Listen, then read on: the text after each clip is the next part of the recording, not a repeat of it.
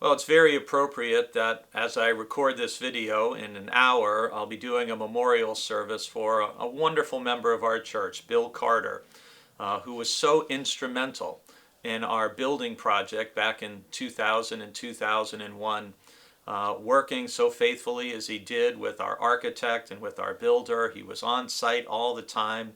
And I can remember his presence with me when we burned the mortgage just 4 years after we moved into our new building.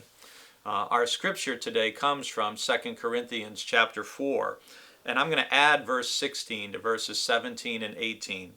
Paul writes, "So we do not lose heart.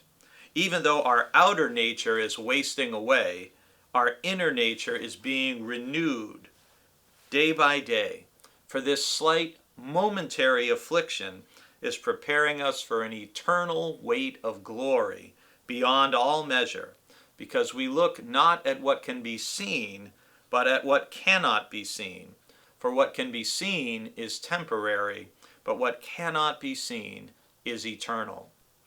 You know, when I was a young pastor, I put on my business card Isaiah 40 verse 31 about how those who wait on the Lord shall renew their strength, and they'll mount up with wings like eagles. They'll run and not grow weary. They'll walk and not faint. It's a passage about how even youths grow weary. And so when I run out of the cards that I have, I'm going to put this verse from 2 Corinthians 4 on, because I'm not a youth anymore by a long shot, and my outer nature is wasting away, as you can easily see on this video, every day.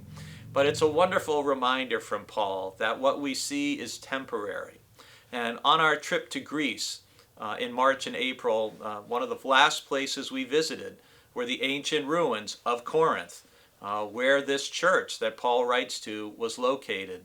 And you walk around those ancient ruins, you think of the people living by the water there 2,000 years ago, and now all that's left are stones and some pillars and the outlines of buildings and a bathhouse and places like that, and cracked pots and vessels and things that were there. And it's an example of exactly what Paul says here. What is seen is temporary, and it's all over far too quickly. And even someone like Bill, who was blessed to live a good, long, and full life, 90 years in the realm of history, passes very swiftly. And so as Christians, we want to make sure that our focus is on what's eternal, on what can't be seen with just our physical eyes, because that is what is permanent. That is what will last.